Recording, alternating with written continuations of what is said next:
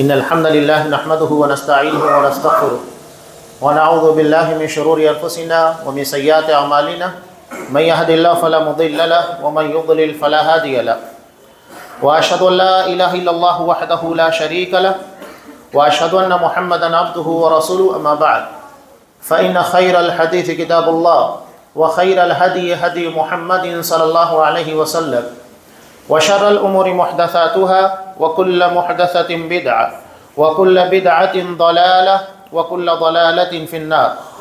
أعوذ بالله السميع العليم من الشيطان الرجيم. بسم الله الرحمن الرحيم. يا أيها الذين آمنوا اتقوا الله حق تقاته ولا تموتن إلا وأنتم مسلمون. يا أيها الناس اتقوا ربكم الذي خلقكم من نفس واحدة وخلق منها زوجها وبث منهما رجالا كثيرا ونساء واتقوا الله الذي تساءلون به والأرحام إن الله كان عليكم رقيبا. يا أيها الذين آمنوا اتقوا الله وقولوا قولا سديدا يصلح لكم أعمالكم ويغفر لكم ذنوبكم ومن يطع الله ورسوله فقد فاز فوزا عظيما. وقال بسم الله الرحمن الرحيم والعصر إن الإنسان لفي خسر إلا الذين آمنوا وعملوا الصالحات وتواصوا بالحق وتواصوا بالصبر. تمام قسم کی تعریفات اللہ رب العالمین وحدہ لا شریک کے لیے لائق و زیبا ہے، جو ساری کائنات کا تنہا خالق و مالک ہے، اور بے شمار درود و سلام اللہ کے آخری نبی جناب کریم محمد الرسول اللہ صلی اللہ علیہ وسلم کی ذات مقدسہ پر. محترم حاضرین، عزیز ماں اور بہنوں، سورہ عصر جس کے تعلق سے امام شافعی رحمۃ اللہ علیہ نے ارشاد فرمایا کہ اگر اللہ انسانیت کی ہدایت کے لیے صرف اسی ایک سورہ کو نازل کرتا تو کافی تھا. یہ سورہ عصر کی اہمیت و فضیلت ہے. انسان اللہ کے کلام پر جتنا غور کرے گا اتنا اس کی اہمیت، گہرائی، گہرائی، جامعیت، فصاحت و بلاغت کا اندازہ ہوگا. یہ ایک ایسا سمندر ہے، انسان جتنا زیادہ گہرائی میں جائے، جتنی مرتبہ گوتے لگائے، اتنے زیادہ موتی لائے گا. اللہ نے قرآن مجید کو تا قیامت انسانیت کی ہدایت کے لیے نازل کیا. اس کا مطلب ہے کوئی دور ایسا نہیں ہے جہاں انسان کے پر قرآن کے اثرات نہ پڑے. سورہ عصر کی تفسیر سے متعلق سلف میں ایک شخص بیان کرتے ہیں کہ میں نے ایک برف فروش سے جو اپنا برف بیچ رہا تھا وہ آواز لگا رہا تھا میرا برف خرید لو ورنہ وہ پانی بن جائے گا، اس کی کوئی قیمت نہیں ہوگی. میں نے اس کے ذریعے سورہ عصر کی تفسیر کو سمجھا کہ انسانی زندگی کے ایام بیتتے چلے جا رہے ہیں. جس طرح برف پگھل رہا ہے ہماری زندگی بھی اسی طرح پگھل رہی ہے. اگر ہم نے اسے صحیح وقتوں کے پر صحیح جگہ کے پر استعمال نہیں کیا تو نتیجہ یہ ہوگا کہ پانی کی طرح ضائع ہو جائے گی اور انسان ہاتھ ملتے رہ جائے گا. زندگی کے اندر کوئی بڑا نہیں ہوتا ہے، بلکہ ہر سانس ہمیں اپنی موت سے قریب کرتے جا رہی ہے. یہ نہیں ہے کہ ہم بڑے ہو رہے ہیں. اگر ایک شخص کے پاس 70 روپے ہے اور اس میں سے اس نے 40 روپے 45 روپے 50 روپے خرچ کر دیے تو کیا ہم یہ کہیں گے کہ اس کے پاس اتنا پیسہ بڑھ گیا ہے؟ نہیں، بلکہ ہم کہیں گے اتنا کم ہو چکا ہے، بقیہ جو بچا ہوا ہے اس کو بچانے کی کوشش کرے. یہی معاملہ ہماری زندگی کا ہے. اللہ نے ہمیں جو عمر عطا کی یہ گھٹ رہی ہے. جتنا انسان اپنی عمر میں بڑھتا جا رہا ہے حقیقت میں اتنا موت سے قریب ہوتا جا رہا ہے. سورہ عصر اس کے بارے میں اگر آپ غور کریں گے اس کا کوئی لفظ ایسا نہیں ہے جو ہماری عام زندگی کے اندر استعمال نہ ہوتا ہو. عصر استعمال ہوتا ہے، انسان استعمال ہوتا ہے، خسارہ استعمال ہوتا ہے، ایمان، عمل صالح، حق بات کی وصیت، تواصی بالحق یہ استعمال ہوتا ہے، تواصی بالصبر. ہر لفظ ہماری زندگی کے اندر استعمال ہوتا ہے اور اس کے معنی اور مفاہیم کو بھی ہم اچھی طرح سمجھتے ہیں. اللہ نے اس سورہ کو عصر کے ذریعے انسانوں کے درمیان متعارف کرایا. عربی زبان میں عصر کے کئی معنی ہوتے ہیں. عصر کا ایک مفہوم ہوتا ہے نچوڑنا، یعنی کسی چیز کو نچوڑا جائے. جیسا ہمارے یہاں جوس نکالا جاتا ہے گنے کا، موسمبی کا، دیگر پھلوں کا، ایک مرتبہ اگر اس کو نچوڑ لیا جائے تو یہ دوبارہ اپنے مقام پر کبھی نہیں آ سکتا۔ یہی معاملہ انسانی زندگی کا ہے، ایک مرتبہ یہ نچوڑ لی گئی، جو وقت بیت چکا وہ کبھی لوٹ کر آنے والا نہیں ہے۔ عصر کا دوسرا مفہوم ہوتا ہے، جیسا کہ ہمارے یہاں عصر کا وقت ہوتا ہے، نماز عصر کہلاتی ہے۔ عصر کی نماز کے بعد سورج کے غروب ہونے کا مرحلہ بہت کم رہ جاتا ہے، اور اللہ نے ہمیں جو زندگی عطا کی دیگر امتوں کے مقابلے میں وہ اتنی ہی ہے، جیسا کہ نبی کریم صلی اللہ علیہ وسلم نے ارشاد فرمایا کہ اللہ نے ایک مثال دیتے ہوئے آپ صلی اللہ علیہ وسلم نے کہا کہ ایک شخص نے کچھ لوگوں کو مزدوری کے لیے رکھا، اور ان کا وقت تھا نماز فجر کے بعد طلوع آفتاب سے لے کر زوال تک۔ ان لوگوں نے اس مرحلے کے اندر محنت کی اور اس نے ان لوگوں کو ایک قیراط دیا۔ اس کے بعد دوسرا مرحلہ آتا ہے، دوسرے مرحلے میں اس نے کسی اور کو مزدوری کے پر رکھا، اور یہ مرحلہ زوال سے لے کر نماز عصر تک تھا۔ ان لوگوں کو بھی محنت کے طور کے پر ایک قیراط دیا گیا۔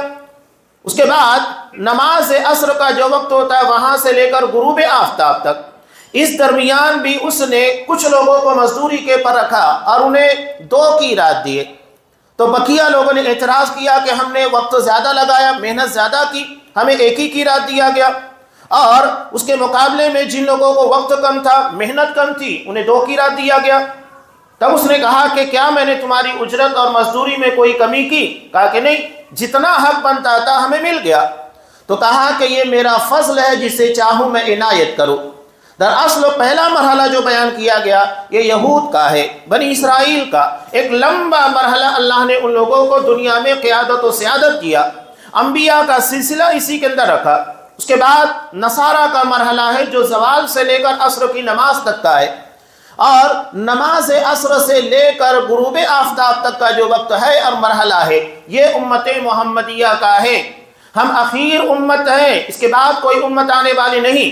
جس طرح نماز عصر کے بعد دن ختم ہو جاتا ہے، کوئی نماز کا وقت نہیں آتا، اسی طرح ہمیں زندگی کا اخیر ایام اور اخیر امت بنا کر بھیجا گیا ہے۔ تو یہ عصر کا وقت ہے۔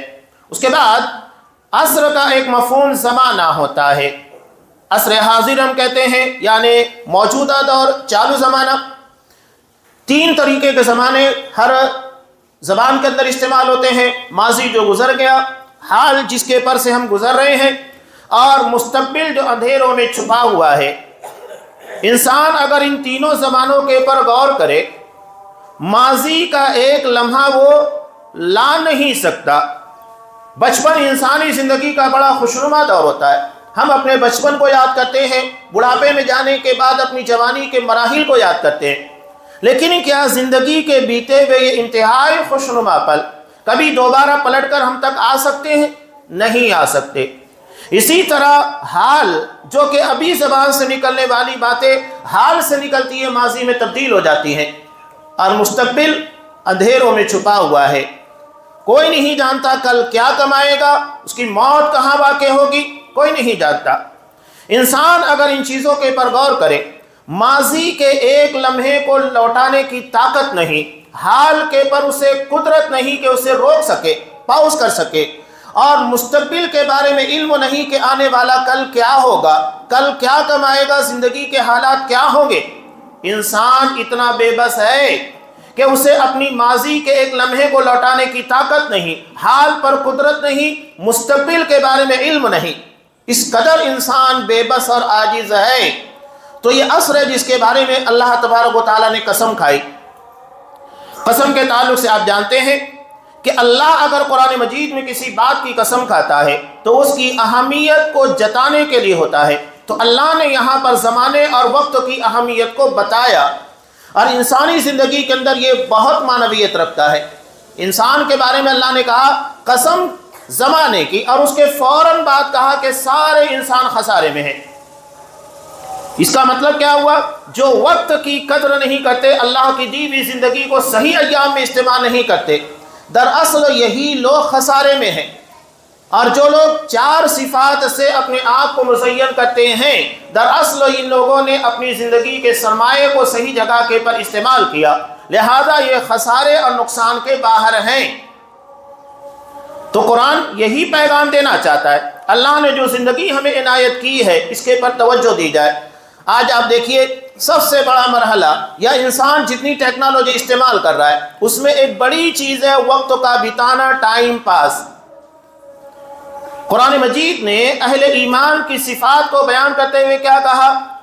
سورہ مومنون کی ابتدا میں والذین هم عن اللغو معرضون، کہ اہل ایمان وہ ہیں، ان کی صفت کو بیان کرتے ہوئے کہا کہ جو لغو، بیکار، فضول، بے معنی، بے مقصد، اپنے مقصد اور مشن سے ہٹا دینے والی، غافل کر دینے والی چیزوں سے اعراض کرتے ہیں، اس میں کہیں مصروف نہیں ہوتے، الجھنے کی کوشش نہیں کرتے۔ آج ہمارے لیے ٹائم پاس بڑی اہمیت رکھتا ہے۔ نبی کریم صلی اللہ علیہ وسلم نے قیامت کی نشانیوں میں سے جو نشانی بتائی تھی، سال مہینے کی طرح، مہینہ ہفتے کی طرح، اور ہفتہ ایک دن کی طرح، دن ایک لمحے کی طرح بیت جائے گا۔ ایسا نہیں ہوگا کہ زندگی کے اوقات کم ہو جائیں گے، 24 گھنٹے کے بجائے دن کے اندر 12 گھنٹے یا تو 6 گھنٹے کر دیے جائیں گے۔ ساری ٹائمنگ اپنی جگہ پر ویسے ہی ہوگی۔ مسئلہ در اصل ٹائم پاس یعنی انسان کو محسوس کرنے والی چیزیں وہ ختم کر دیا جائے گا۔ ایک انسان بیٹھا ہوا ہے موبائل کو لے کر گھنٹوں اس میں لگا ہوا ہے، یوٹیوب کے پر ریل دیکھ رہا ہے، فیس بک کے پر لگا ہوا ہے، سوشل میڈیا کے پر لگا ہوا ہے، اسے احساس نہیں ہوتا ہے کہ میرا وقت کہاں بیت رہا ہے۔ بچے لگے ہوئے گیم کھیلتے ہوئے، نوجوانوں کی پوری ٹیم ایک جگہ بیٹھی ہوئی ہے، گیم کے اندر مصروف ہے، انہیں اپنوں کے وقت کے بیتنے کا احساس نہیں ہو رہا ہے۔ وقت بیت رہا ہے لیکن جو احساس ہونا چاہیے وہ ختم ہو چکا ہے۔ قرآن اسی اہمیت کو بتا رہا ہے۔ یہ اگر ہماری زندگی سے ایک مرتبہ نکل گیا، تیر جو کمان سے نکل چکا ہے دوبارہ واپس نہیں آ سکتا۔ یہ ہماری زندگی کے ایام ہیں۔ مولانا ابوالکلام آزاد رحمۃ اللہ علیہ ایک بہت پیاری بات کہتے ہیں، یہ بات اپنی جگہ پر محل نظر ہے اور شرعی اعتبار سے غلط بھی ہے کہ کسی آدمی کی برتھ ڈے پارٹی وہاں جانا، سیلیبریٹ کرنا شرعی اعتبار سے غلط ہے۔ مولانا ابوالکلام آزاد رحمۃ اللہ علیہ کہتے ہیں کہ ایک مرتبہ جب مجھے انوائٹ کیا گیا، بلایا گیا ایک برتھ ڈے پارٹی میں، تو وہاں جانے کے بعد میں نے غور کیا کہ انسان خوشیاں منا رہا ہے جیسا کہ ہمارے ہاں ماحول بن چکا ہے، اور افسوسناک معاملہ یہ کہ مسلمان بھی اس ماحول کے اندر، تہذیب کے اندر ڈھلتا جا رہا ہے، اور اس کلچر کو اپنانے کے بعد بہت ساری کفریہ اور شرکیہ عادتیں بھی اس کی زندگی میں شامل ہوتی ہیں۔ یہ تہذیب اور کلچر کا انسانی زندگی پر بڑا اثر ہوتا ہے۔ نبی کریم صلی اللہ علیہ وسلم کی اس حدیث کو یاد رکھیے، یہ ہمارے نزدیک حدیث کی اہمیت سمجھ میں آئے گی۔ آپ صلی اللہ علیہ وسلم نے جو باتیں بیان کی، کہا کہ تمہارا چولہا کسی غیر مسلم کے چولہے کے سامنے نہیں ہونا چاہیے۔ یہ بات ہمارے نزدیک عجیب لگتی ہے، یعنی غیر مسلم ہمارے سامنے ہو۔ معاملہ یہ ہے کہ جب وہ ہمارے سامنے ہوگا، ہمارے بچے اس کے گھر میں جائیں گے، ان کے بچوں کے ساتھ ہوں گے، نتیجہ کیا ہوگا؟ غیر مسلموں کے اثرات، ان کی تہذیب، ان کا کلچر ہمارے بچوں کے پر اثر انداز ہوگا۔ بہت سارے غیر مسلموں کے علاقے جہاں مسلمان کم تعداد میں ہوتے ہیں، غیر مسلموں کے ساتھ ہوتے ہیں۔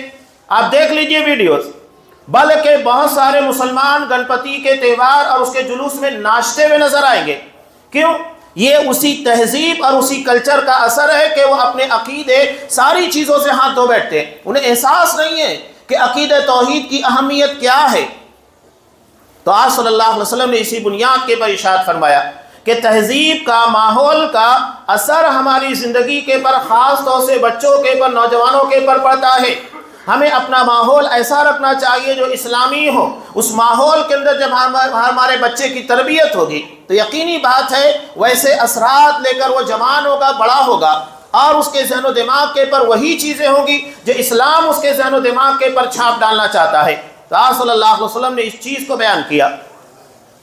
تو یہ آپ صلی اللہ علیہ وسلم نے زمانے کی اہمیت بیان کی۔ قرآن نے قسم کھائی، قسم جیسا کہ میں نے پہلے ہی بتایا، اللہ کسی اہمیت کو بتانے کے لیے قسم کھاتا ہے، ورنہ عام انسانوں کے لیے منع ہے کہ وہ کسی چیز کی قسم کھائے۔ مولانا ابوالکلام آزاد رحمۃ اللہ علیہ جب اس واقعے کو بیان کر رہے تھے، وہ کہتے ہیں کہ میں نے غور کیا کہ انسان کیوں خوشیاں منا رہا ہے، حالانکہ اسے غم منانا چاہیے، اس لیے کہ اگر وہ 20 سال 30 سال کا ہو چکا ہے اور اس کی زندگی کے ایام 60-70 سال کے تھے، اللہ نے مقدر کیا، تو اس کا مطلب یہ ہے کہ اس نے اپنی زندگی کے اتنے سال گنوا دیے ہیں۔ اسے اپنے بیتے ہوئے سال کے پر غم منانا چاہیے، خوشی نہیں۔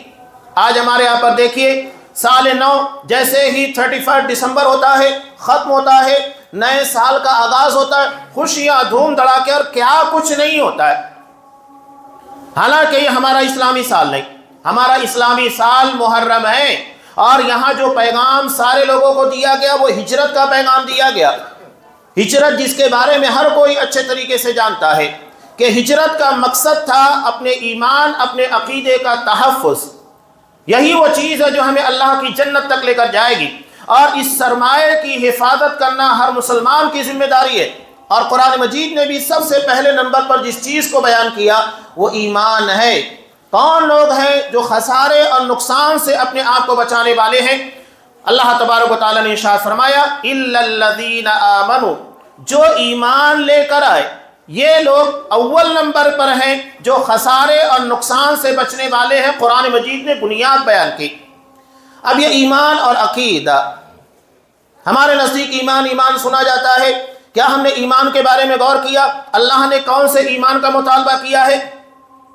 وہ ایمان جو ملاوٹی ہو، جو جگہ جگہ کے پر ڈگمگانے لگے، جگہ جگہ کے پر بکھرنے لگے، اور غیر اللہ کے در کے پر جا کر دم توڑ دے، ایسا ایمان اللہ کو مطلوب نہیں۔ آج آپ دیکھیے ایمان کی اہمیت سب سے زیادہ ہے اسلام کی نظر میں۔ نبی کریم صلی اللہ علیہ وسلم مکہ کی 13 سال زندگی کے اندر اس بات کے پر محنت کرتے رہے، یہی ایمان کے پر، عقیدہ توحید کے پر۔ سورہ انعام جسے سورۃ التوحید بھی کہا جاتا ہے، اللہ نے حضرت ابراہیم علیہ السلام کا واقعہ بیان کیا، اس کے بعد 18 انبیاء کرام کا تذکرہ کیا، اور اسی درمیان میں اس آیت کو ارشاد فرمایا الذین آمنوا ولم یلبسوا ایمانہم بظلم اولئک لہم الامن وہم مہتدون، کہ جو لوگ ایمان لائے اور ایمان لانے کے بعد اپنے ایمان میں ظلم یعنی شرک کی ملاوٹ نہیں کی۔ اس آیت کے نازل ہونے کے بعد اصحاب کرام بہت فکر مند ہوئے، کہا کہ اللہ کے رسول اینا لم یظلم نفسا، اللہ کے رسول کون سا شخص ہے جو اپنے آپ پر ظلم نہیں کرتا، جبکہ قرآن مجید نے ایمان کے بعد ظلم نہ ہونے کے بارے میں شرط رکھی ہے کہ جو ایمان لائے اور انہوں نے ظلم نہیں کیا۔ تب آپ صلی اللہ علیہ وسلم نے کہا، جیسا کہ بخاری کی روایت میں اس کی تفسیر ہے، کہا اللہ کے بندو یہاں ظلم سے مراد شرک ہے۔ کیا تم نے قرآن مجید نہیں پڑھا؟ ان الشرک لظلم عظیم، یقیناً شرک سب سے بڑا ظلم ہے، اس لیے کہ یہ سب سے بڑی ذات اللہ تبارک و تعالیٰ کے ساتھ ہے، کیا جاتا ہے۔ قرآن نے کیا کہا؟ جو ایمان لائے اور اپنے ایمان کو پیور رکھا، ملاوٹ نہیں کی، شرک بدعت خرافات کے ذریعے اسے پامال نہیں کیا، انہی لوگوں کے لیے امن ہے اور یہی ہدایت کے پر ہے۔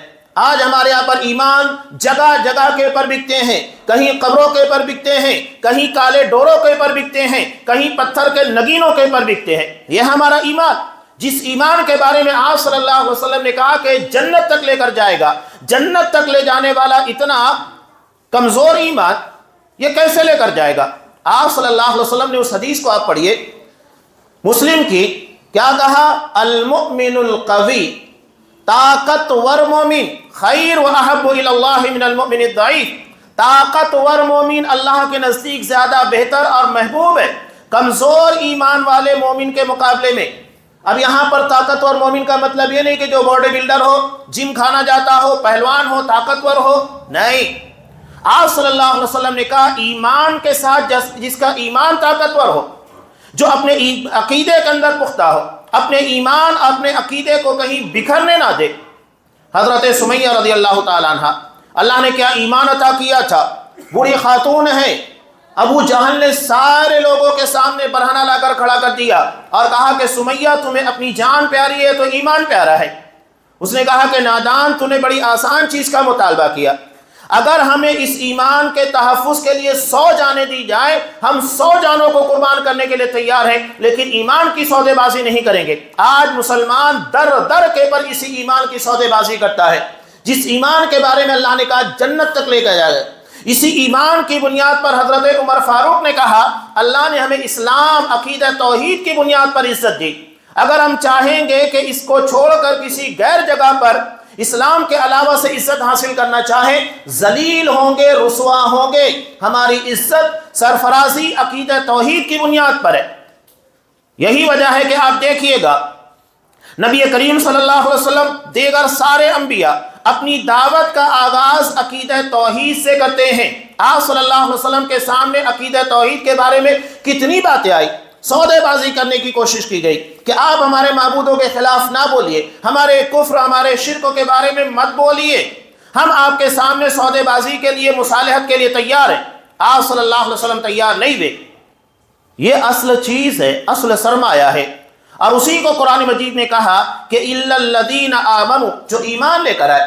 اس کے بعد قرآن مجید کہتا ہے وَعَمِلُوا الصَّالِحَاتِ، جو عمل صالح کرنے والے ہیں۔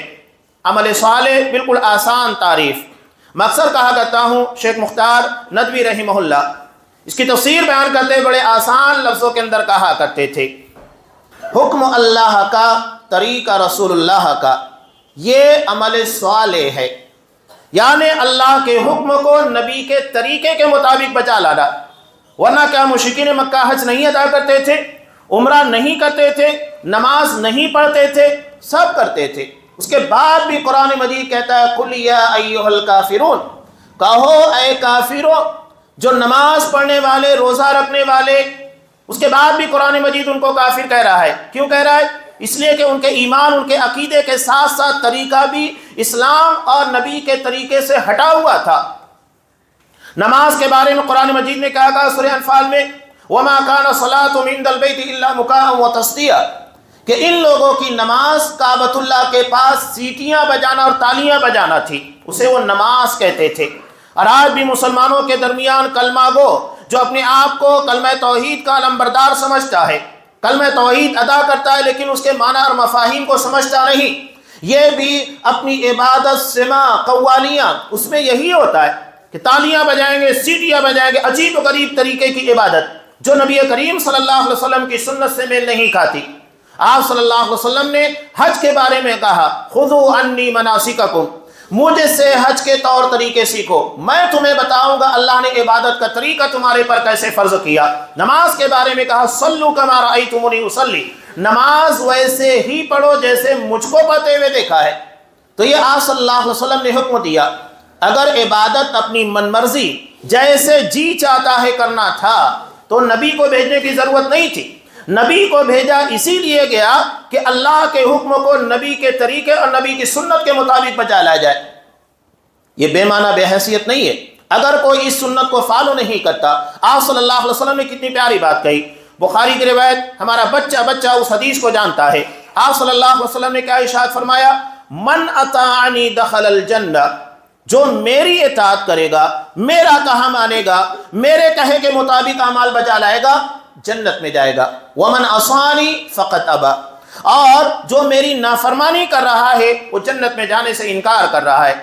یقینی بات ہے کہ آپ دنیا کے اندر کسی بھی انسان سے پوچھئے، مسلمان غیر مسلم، اسے کہیے کہ کیا تو جنت میں جانا چاہتا ہے، وہ کہے گا کیوں نہیں، جنت میں جانا چاہتا ہوں۔ بلکہ غیر مسلم بھی مرنے والے کے بارے میں کہتے ہیں سورگ واسی، یعنی وہ جنت کا باشندہ بن چکا ہے، حالانکہ وہ جنتی نہیں ہے۔ جنت اللہ نے ایمان کی بنیاد کے پر رکھی ہے، ایمان کے بغیر جنت میں داخلہ نہیں ہوگا۔ یہ ان کا عقیدہ، ان کا سوچ اور ان کی آستھا اپنی جگہ پر۔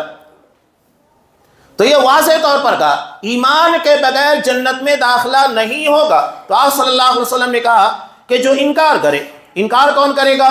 زبان سے تو کوئی انکار نہیں کرتا مجھ کو جنت میں نہیں جانا ہے، وہ اپنے عمل کے ذریعے انکار کرتا ہے۔ اسی لیے اللہ کے رسول نے کہا کہ جو اطاعت کر رہا ہے وہ یقیناً جنت میں جانے والا ہے، اور انکار کرنے والا کون ہے؟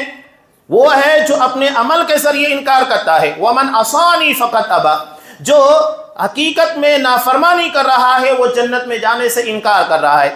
یہ واضح طور پر آپ صلی اللہ علیہ وسلم کی حدیث، آپ کی سنت کی اہمیت، آپ کے طریقے کی اہمیت۔ امام ابو داؤد رحمۃ اللہ علیہ نے ایک روایت کو نقل کیا ابو بردہ بن نیار رضی اللہ تعالیٰ عنہ سے متعلق، انہوں نے قربانی کی نبی کریم صلی اللہ علیہ وسلم کی قربانی سے پہلے۔ جب آپ صلی اللہ علیہ وسلم نماز کے لیے نکلے تو دیکھا یہ اپنی بکری کو ذبح کرنے کے بعد لوگوں کے درمیان تقسیم کر رہے۔ کہا کہ ابو بردہ یہ کیا ہے؟ کہا کہ قربانی ہے، میرے قریب میں رہنے والے لوگ غریب تھے تو میں نے فوری طور کے پر بکری کو ذبح کیا تاکہ اطراف کے لوگوں کو گوشت مل جائے۔ نیت بہت اچھی، لیکن مسئلہ آپ صلی اللہ علیہ وسلم کی سنت کا ہے۔ آپ نے کہا کہ جو شخص ہمارے ساتھ نماز پڑھے، نماز پڑھنے کے بعد قربانی کرے، اس نے حقیقت میں اضحیہ یعنی قربانی کی سنت کو ادا کیا۔ کہا تو اس کی جگہ دوسری قربانی کرو جو نبی کی سنت کے مطابق نہیں تھی، آپ نے اسے عام ذبیحہ کرا دیا۔ یہ ہے آپ صلی اللہ علیہ وسلم کی سنت کی اہمیت۔ انسان ایمان اور اس کے بعد نبی کی اطاعت، ان دونوں چیزوں کے پر سب سے زیادہ توجہ دے، یہی ہمارا اصل سرمایہ ہے۔ اور جب ان چیزوں کے مطابق انسان عمل کرنے لگ جائے، یقینی بات ہے کہ مشکلات اور پریشانیاں بہت آئے گی۔ آگے دو چیزیں جو قرآن مجید نے بیان کی، تواصی بالحق اور تواصی بالصبر، یہ دونوں اپنی جگہ پر معنی رکھتی ہیں، اس لیے کہ حق بات کی وصیت یہ نہیں کہ آپ دین کو سمجھ گئے، آپ کو اللہ نے بہت علم دیا، دین کے مطابق چلنے لگے تو اسے اپنے تک محدود رکھیے۔ یہ مت سمجھیے کہ اللہ کی جنت بہت چھوٹی ہے، اگر میں کسی اور کو دعوت دوں گا، کوئی اور شرک سے توبہ کر لے، ایمان کے راستے پر آئے تو جنت میں جانے کے لیے جگہ کم پڑ جائے گی، نہیں، بلکہ جتنا ممکن ہو سکے حق بات کی وصیت کرنے، لوگوں تک پہنچانے کی کوشش کرنا چاہیے، ایک دوسرے کو تلقین کی جائے جو حق ہم نے سمجھا ہے۔ اور حق قرآن و حدیث کو کہا جاتا ہے، والذین آمنوا بما نزل علی محمد وهو الحق من ربهم، کہ جو لوگ ایمان لے کر آئے جو محمد صلی اللہ علیہ وسلم پر نازل ہوا وہی حق ہے، جو آپ صلی اللہ علیہ وسلم پر نازل ہوا اس کے علاوہ کوئی حق نہیں، سب باطل ہے، جو آپ کے پر قرآن و حدیث کی شکل میں نازل ہوا۔ اور اس کے بعد چوتھے نمبر پر بیان کیا تواصی بالصبر، ایک دوسرے کو صبر کی وصیت کرنا۔ صبر دین کے پر جمے رہنے کا نام ہے۔ مشکلات پریشانیاں بہت آئے گی، یہ نہیں کہ حالات کا مقابلہ نہ کرتے ہوئے آپ مرتد بن جائے، اسلام کے خلاف ہونے لگے، جیسا کہ 100 مسلم نام کا فتنہ ہمارے سامنے، نہیں، یہ جمنا ہے۔ آپ صلی اللہ علیہ وسلم نے کہا کہ جو ایمان کی لذت کو ایک مرتبہ پا لے گا وہ کبھی کفر کی طرف نہیں لوٹے گا۔ اگر اسے قتل کر دیا جائے، آگ میں جلا دیا جائے، گوارا کرے گا، لیکن کفر کی طرف جانا گوارا نہیں کرے گا۔ اور اصحاب کرام نے اسی لذت کو پایا تھا، تبھی مسکراتے ہوئے اللہ کی راہ میں اپنی جان قربان کرتے تھے۔ اور یہ لذت کب حاصل ہوگی؟ جب ہم ایمان کی اہمیت کو سمجھیں گے اور اس کی ساری تفاصیل جو عقائد کی بنیاد کے پر رکھی گئی اس کو سمجھیں گے، تب یہ ساری لذتیں اور ایمان کے پر استقامت کا حوصلہ ہمارے اندر پیدا ہوگا، بنیادیں مضبوط ہوگی۔ تو یقینی بات ہے کہ ہوا، آندھی، طوفان کتنی بھی رفتار کے ساتھ آئے، یہ جھاڑ کو کبھی اپنی جگہ سے اڑا نہیں سکتے، اس لیے کہ بنیادیں مضبوط ہیں۔ جن کی بنیادیں مضبوط نہیں ہوتی ہے، ذرا سے ہلکے سے جھونکے کے اندر اچھل جاتے ہیں، اڑ کر کہیں چلے جاتے ہیں۔ یہ ہماری مضبوط بنیادیں ہیں، ان بنیادوں کو مضبوط کرنا سیکھیے جو ایمان اور عقیدے اور نبی کی سنت اور آپ کی اطاعت و فرما برداری کے اندر ہے۔ اللہ تبارک و تعالیٰ سے دعا ہے اس پیغام کو سمجھنے کی توفیق دے جو اللہ نے ایک مختصر سی سورہ کے اندر پوری انسانیت کے نام رکھا ہے، اور زمانے وقت کی قدر کرنا سیکھیے، اسے ایمان، اطاعت، فرما برداری، حق بات کی وصیت اور دین کے پر جمے رہنے پر لگائیے، یہی ہمارا اصل سرمایہ ہے۔ ایک بات یاد رکھیے، اللہ نے ہمیں دنیا کے اندر دارالامتحان کے اندر بھیجا ہے، آزمائشیں ہوگی، ہر کسی کی آزمائش اس کے ایمان کے بقدر ہوگی، جیسا ایمان ہوگا ویسی آزمائش ہوگی، آزمائشیں طے ہیں۔